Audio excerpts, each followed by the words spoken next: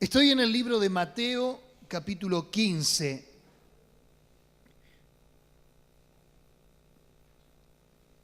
La semana pasada hablamos 3 mensajes en serie del Sermón del Monte. Hoy damos comienzo entre hoy, el sábado y el domingo, al tema el pan de los hijos. Capítulo 15 de Mateo, verso 21 dice: Saliendo Jesús de allí, se fue a la región de Tiro y de Sidón. Y he aquí una mujer cananea que había salido de aquella región, clamaba, diciéndole: Señor, Hijo de David, ten misericordia de mí. Mi hija es gravemente atormentada por un demonio. Pero Jesús no le respondió palabra. Entonces, acercándose sus discípulos, le rogaron diciendo: despídela, pues da voces tras nosotros. Él respondiendo dijo: no soy enviado sino a las ovejas perdidas de la casa de Israel. Entonces ella se postró ante él diciendo: Señor, socórreme. Respondiendo él dijo: no está bien tomar el pan de los hijos y echarlo a los perrillos. Ella dijo: sí, Señor, pero aún los perrillos comen de las migajas que caen de la mesa de sus amos. Entonces respondió Jesús y dijo: oh mujer, grande es tu fe, hágase contigo como quieres. Y su hija fue sanada desde aquella hora. Aquellos que somos lectores frecuentes de la palabra, es una de las primeras veces que Jesús tiene un acto de semejante negación y hasta de ironía. La verdad que lo desconozco en este relato a Jesús. Pero déjeme decirle, ponerlo en el mejor retrato a nuestro Señor Jesucristo. En realidad, Él está yendo con un propósito a esa ciudad. Él está yendo, y ahora vamos a ver el propósito por el cual Él estaba yendo. Pero si hay algo que destacar en este relato, que el principal protagonista de la escena, claro que es Jesús, pero la segunda protagonista sobresaliente es la mujer. Y yo no sé si usted y yo, frente a una determinada situación de la vida, algún infortunio, alguna crisis, algo que se nos haya desbordado, yo no sé si nosotros estaríamos de la misma manera de insistente como esta mujer. Esta mujer realmente lo increpa a Jesús. Esta mujer está decidida a todo. Esta mujer no entiende la palabra no. Esta mujer no acepta una negación de parte de Jesús. Es increíble. Charles Spurgeon, un predicador inglés, dijo: evangelismo o evangelio es un mendigo diciéndole a otro mendigo dónde encontrar pan. Vuelvo a repetir, evangelismo es un mendigo diciéndole a otro mendigo dónde encontrar pan. Usted tiene el secreto y usted sabe dónde puede encontrar aquello que lo va a saciar, ¿verdad que sí? Ahora, eso no lo hace diferente a alguno que ande por allí por la calle, algún transeúnte, alguna persona que no tenga la experiencia con la fe. Usted tanto necesita de Dios como los que están allí afuera. ¿Cuántos dicen amén a esto? Ahora, venía con pan Jesús. Y estoy hablando de que venía con un pan figuradamente.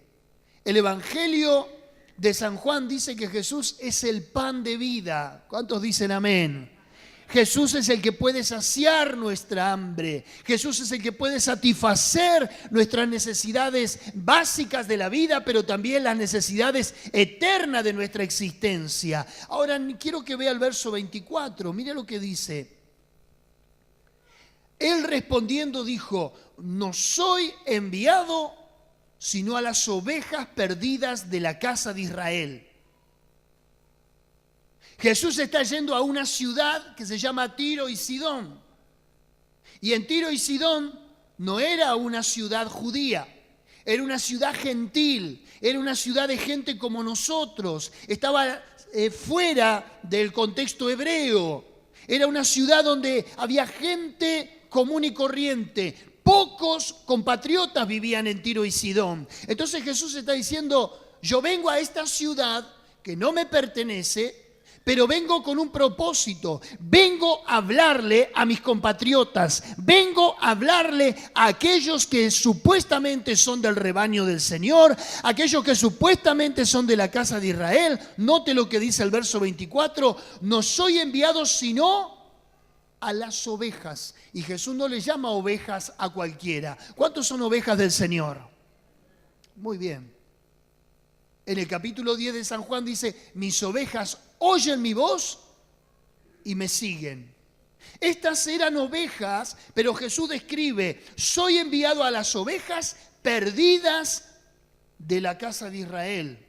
En otras palabras, venía con pan, venía con solvencia, venía con la capacidad de satisfacer a su pueblo, a sus hijos, a los judíos. Venía con pan, en otras palabras, para los apartados y para los descarriados.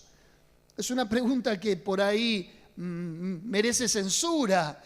A lo mejor hasta se puede sonrojar uno al levantar la mano o al responderla. Pero ¿alguien ha tenido la experiencia alguna vez de estar apartado de la fe? De haber conocido y entrar dentro de la categoría de oveja, pero de una oveja descarriada. ¿A alguno le pasó? Bueno, hoy están de nuevo en el rebaño, gloria a Dios. Pero ¿quién no? ¿Y quién más y quién menos?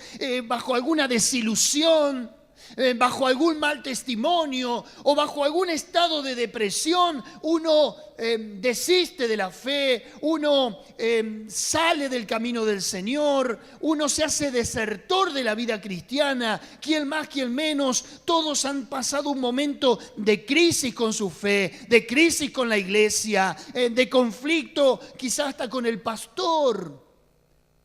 Pero Jesús vino a buscar y a salvar lo que se había perdido. Lo dice el texto.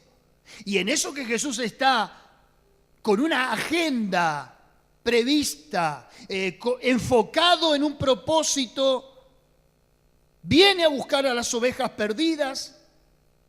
El corazón de Jesús está sobre las ovejas perdidas, sobre aquellos que lo conocieron y que ahora no están en su redil. Y en eso se mete la mujer entre medio.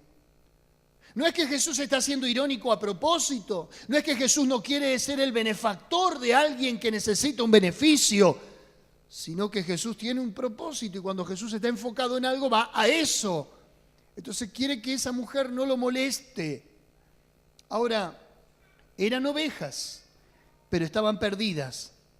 O mejor dicho, fuera del radio de alcance del rebaño y del pastor. Pregunto, ¿se puede estar en Dios y luego pasar por un proceso de endurecimiento? Sí, pero en ese endurecimiento hay infelicidad. Usted no va a encontrar un creyente apartado que sea feliz.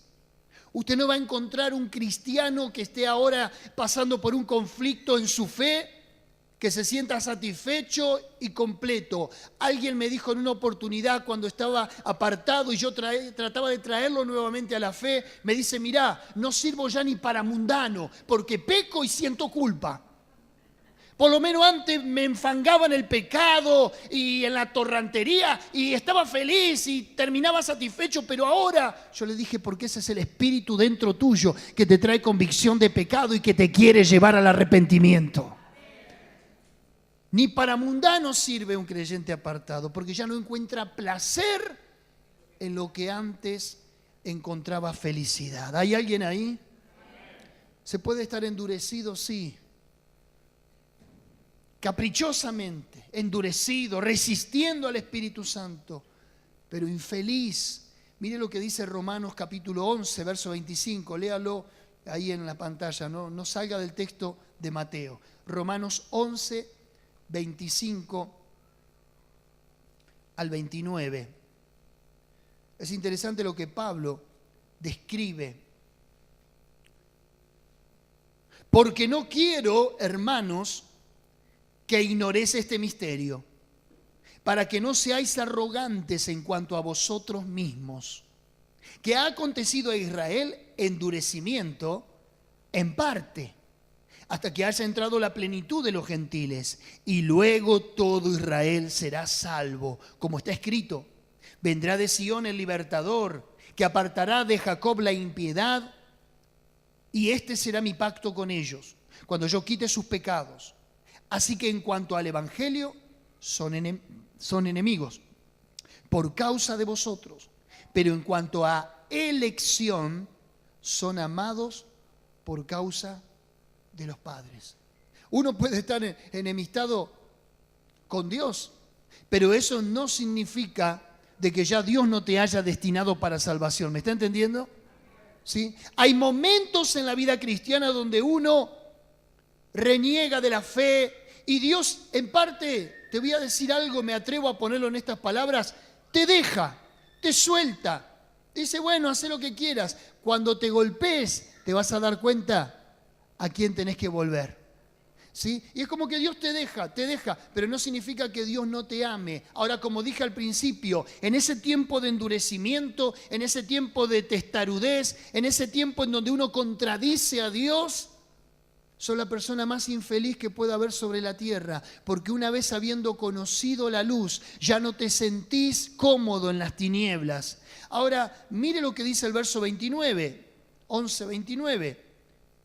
Porque irrevocables son los dones y el llamamiento de Dios. Porque irrevocable, no se puede revocar, no se puede quitar lo que Dios ya señaló, lo que Dios ya marcó, lo que Dios ya destinó, eso pertenece a Dios. ¿Tenés hijos apartados que no vienen a la iglesia? Déjalos, están endurecidos. Tendrá que pasar un tiempo. Tendrán que entrar dentro de la categoría que Jesús dijo, las ovejas son ovejas, pero están perdidas. Bueno, a ellos viene Jesús a buscar también. Porque Dios no se puede contradecir. Si Dios dice es irrevocable, los dones y el llamamiento, quiere decir que nadie lo puede tocar, que nadie lo puede quitar, ni aún mismo uno queriendo va a poder desprenderse. Porque ya perteneces a los propósitos de Dios. Qué increíble la misericordia de Dios. Que aun cuando nosotros no elegimos por Él, Él sigue eligiendo por nosotros. Te digo más. Aún podés estar dentro de la iglesia y no sentirte parte de ella. Aún podés estar cantando, adorando, diciendo, ¿qué estoy haciendo acá? Pero es Dios que subyuga esa voluntad. Para eso vino Jesús, para traerte el pan de los hijos. Y Dios tiene el pan reservado para los hijos y no lo comparte con nadie. Fíjate que esta mujer quiso manotear de la mesa el pan. Y Jesús le dijo, no está bien tomar del pan de los hijos. ¿Qué dice? Mire, Mateo 15. Vamos a leerlo de vuelta, a ver si se le olvidó. Mateo 15,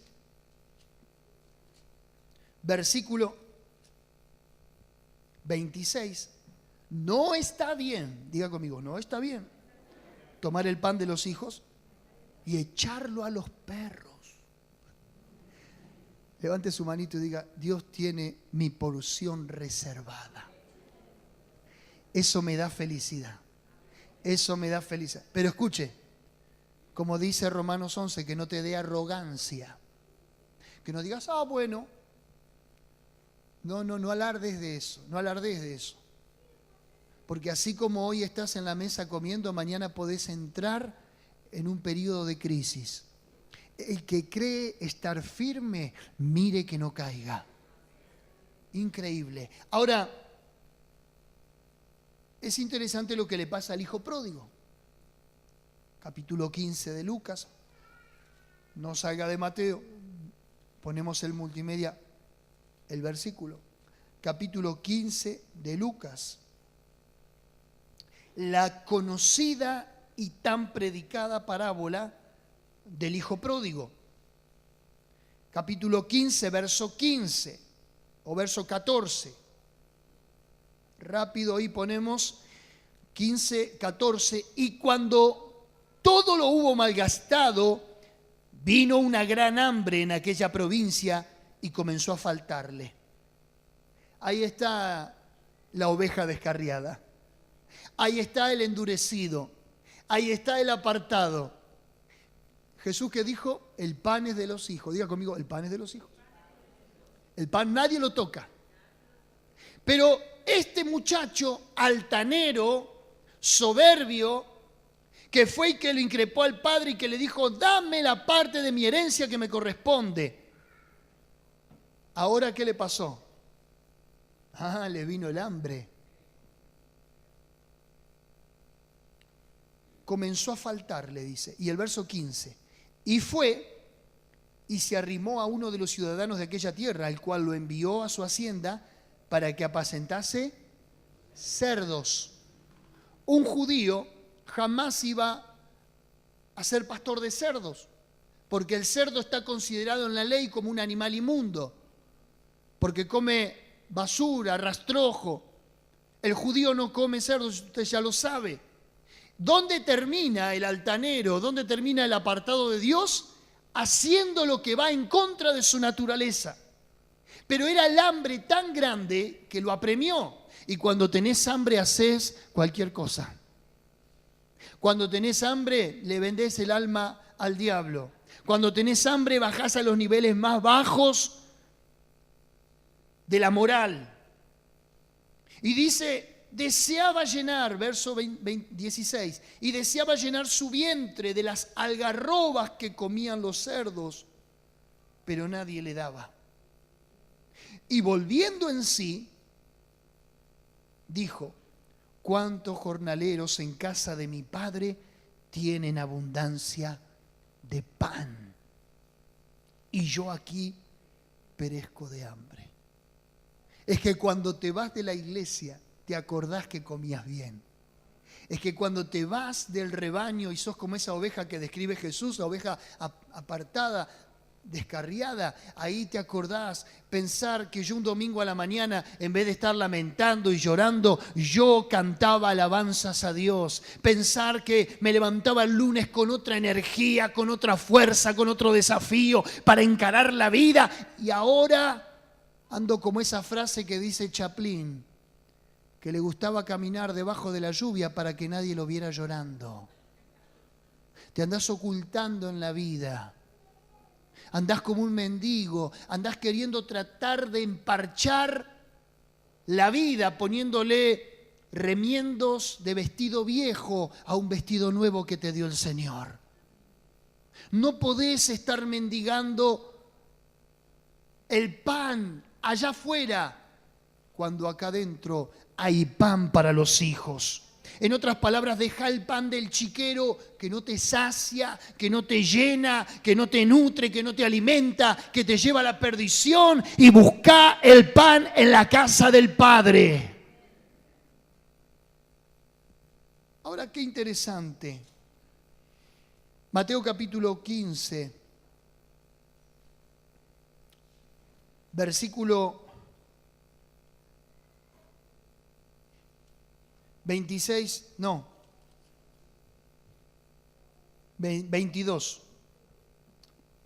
He aquí una mujer cananea que había salido de aquella región clamaba diciendo: Señor, hijo de David, ten misericordia de mí, mi hija es gravemente atormentada por un demonio. Dijimos, para poner en limpio, Jesús estaba destinado a ir a un pueblo que estaba apartado, pero en eso que va a querer traer un pueblo que estaba apartado, le surge a alguien que realmente quiere Estar en la fe, alguien que necesita un milagro, alguien que tiene una necesidad apremiante. Fíjate las dos caras de la moneda. Aquellos que son llamados, privilegiados, elegidos y que hacen un vacío a la fe. Y por otro lado, gente que estaba apartada, arruinada, con crisis, que no entraba dentro de los pactos ni dentro de las promesas, rogándole a Dios que le haga un milagro. Qué increíble el sentido de valoración de unos y el sentido de valoración de otros. Qué increíble los dos cuadros antagónicos, paralelos entre sí, pero opuestos. Alguien que desprecia la fe y alguien que está desesperado por la fe. Alguien que lo tiene todo en la casa del Padre y alguien que está dispuesto a comer aún de las migas que caen de la mesa. ¿No será que nosotros nos acostumbramos a que en la casa del Padre hay abundancia de pan? Y hasta que no padezcamos de hambre no nos vamos a dar cuenta de lo que perdimos. Es que es cierto el dicho popular. Lamentamos las cosas una vez que las perdimos, una vez que ya no las tenemos. Lo interesante es que Jesús fue a buscar al pueblo o a las ovejas descarriadas a una ciudad gentil, a un lugar donde no era el epicentro religioso. ¿Sabe lo que me da a entender esto? Dos cosas. Que cuando el creyente se aparta y desprecia el pan de los hijos, no lo vas a encontrar en los ámbitos de la espiritualidad. Lo vas a encontrar en el lugar del pecado. Lo vas a encontrar en el lugar de la idolatría. Lo vas a encontrar en el lugar donde ahora puede embullirse, escabullirse, quedarse con un perfil bajo, recluido en el pecado. Tiro y Sidón, según el Evangelio de Marcos, que también aborda este mismo pasaje, eran ciudades idólatras. Y si me remonto al capítulo 18 de Primera de Reyes, ¿te acordás, Elías? ¿Te acordás que por 3 años y medio no había llovido sobre la tierra? No había cosecha, no había grano. La economía había sido colapsada y era un verdadero default económico nacional. 3 años y medio nadie podía soportar, no había pasturas, no había ganado. Al profeta Elías se le termina el agua del arroyo, los cuervos ya no le traen pan y carne, y Dios le dice: vete a Sarepta de Sidón, que allí yo he dado orden a una viuda que te sustente. ¿Recuerda el pasaje? Pero resulta ser que Elías entra a Tiro y a Sidón y la viuda ni enterada. Dios lo manda a un lugar, Dios le dice: anda que hay una viuda que te va a esperar y que te va a cocinar, y llega Elías y la viuda está, pero la viuda estaba peor que Elías. Pero Dios no lo llevaba para que él le comiera la comida a la viuda. Él lo llevaba para que la viuda experimentara un milagro de parte de Dios. ¿Pero dónde va? A una ciudad gentil, a reconciliar a una persona con Dios. ¿A dónde está yendo Jesús? A buscar a sus ovejas perdidas. Pero mientras va a buscar a sus ovejas perdidas, hay una mujer que se va a reconciliar con Dios. Quiero decirte en otras palabras que la religión no te salva. Lo que te salva es un verdadero encuentro con Dios. Ahora, uno dice: bueno, si Dios es tan bondadoso, si Dios tiene ya el pan destinado para los hijos, al menos yo lo pensé y fui crítico con el texto. Y dije: ¿cuántos años estuvo el pueblo de Israel esclavo en Egipto, haciendo ladrillos, mendigando pan? ¿Cuántos años? 430 años, que luego salen por mano de Moisés.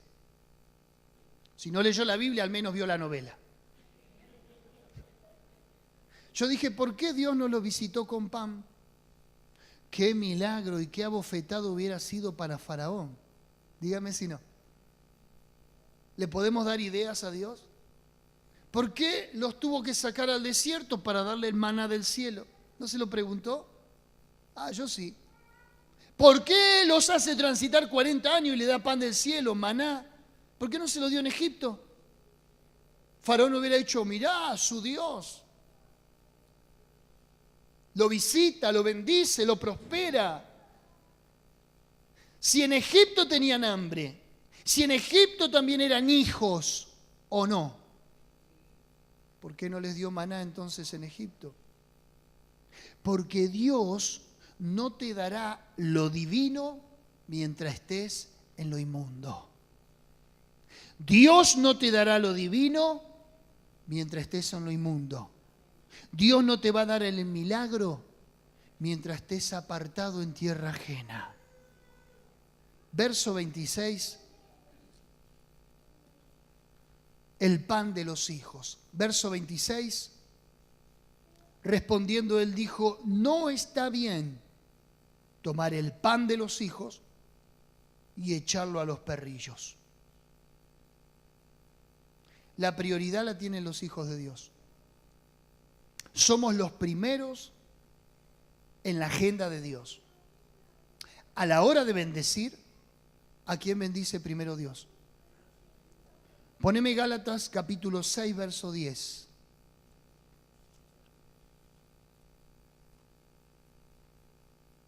Mirá el grado de amor, paciencia, tolerancia, misericordia de Dios.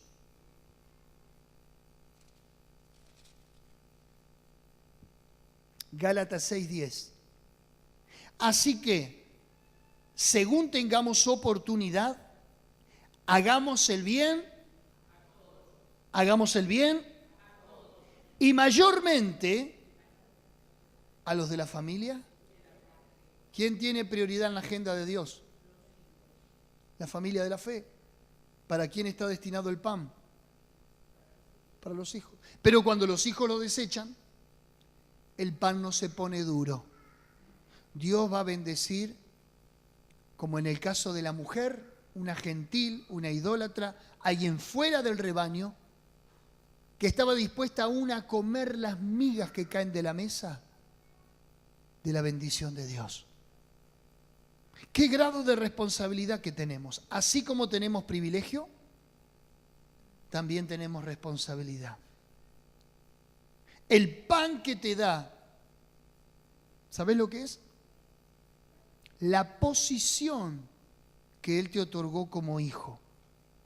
Primera de Pedro dice, mas vosotros, escuchá, sois linaje escogido, real sacerdocio, nación santa, pueblo adquirido por Dios. Mirá la posición que te puso. Sin embargo, nosotros todavía a veces cuando venimos a la iglesia, con alguna crisis, con algún conflicto, con alguna desazón, con algún fracaso, que es cosas de todos los días, no nos sentimos bajo esta posición que Él nos otorgó. No nos sentimos linaje, no nos sentimos real sacerdocio, pueblo adquirido por Dios. Y cuando nosotros estamos desestimando o subestimando la posición que Dios nos dio, ¿sabes qué? Estamos rechazando el pan de los hijos. Estamos como diciéndole a Dios, todo muy lindo, todo muy bien, mucha posición, pero mirá yo lo que me toca vivir. Pero Dios no puede contradecirse. En el capítulo 7 de Mateo, verso 9. Mateo 7, 9.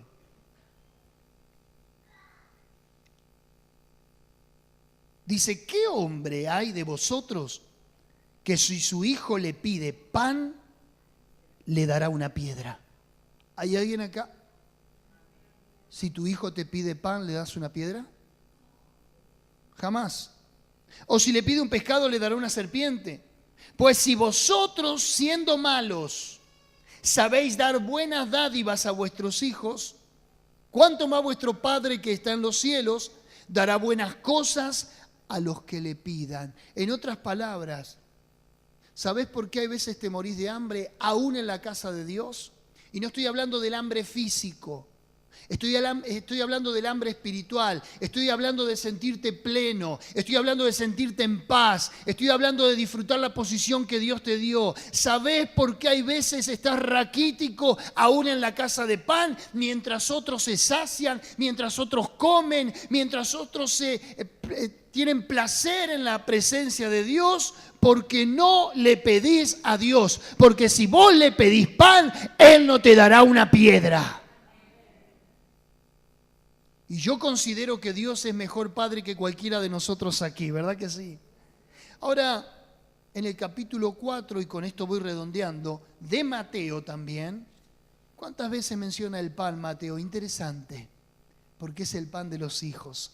Capítulo 4 de Mateo, verso 3, Satanás también ofrece pan.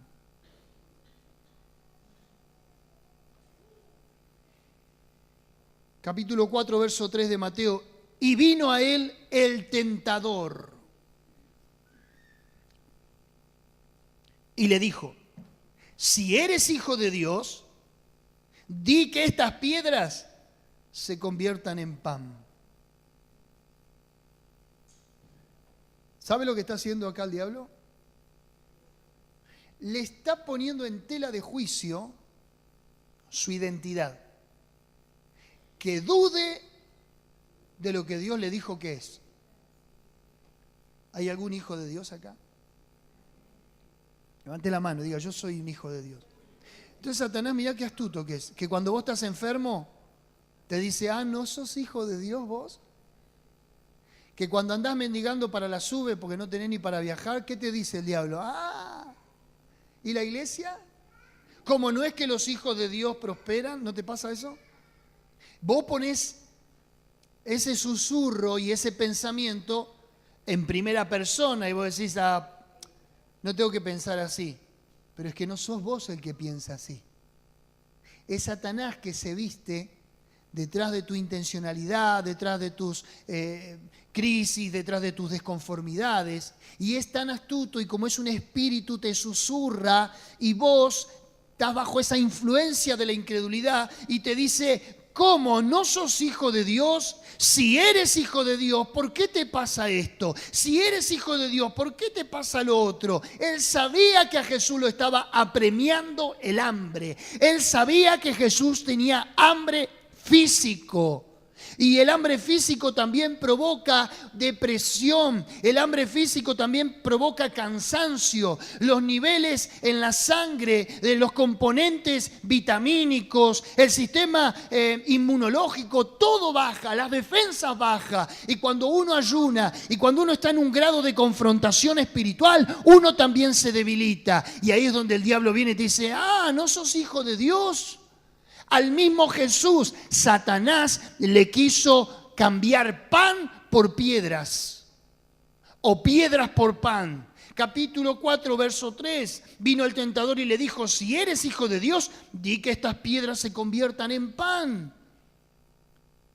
Verso 4, él respondió y dijo, escrito está, no solo de pan vivirá el hombre, sino de toda palabra que sale de la boca de Dios. Jesús le dijo, ¿sabes qué?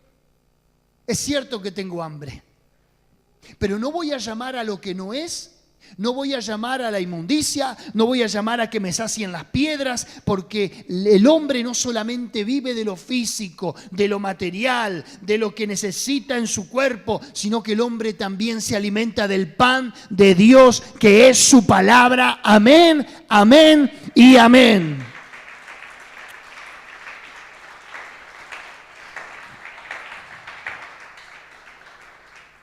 Nuestra identidad, si eres hijo, no está basada en los caprichos míos o en los caprichos de Satanás. No es que a la primera de cambio, cuando algo me vaya mal, voy a decir, ¿y soy hijo de Dios o no? Yo no me atrevería a poner eso en tela de juicio.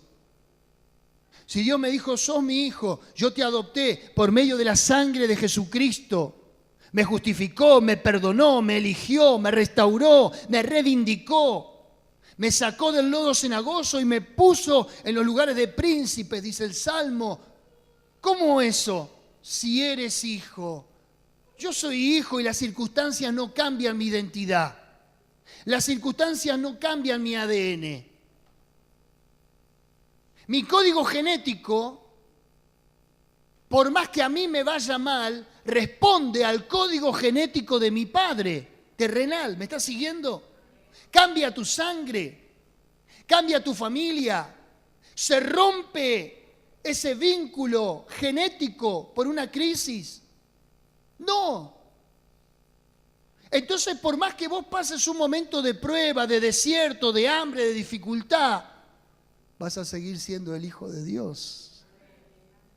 Y Jesucristo encarna el modelo de la vida cristiana.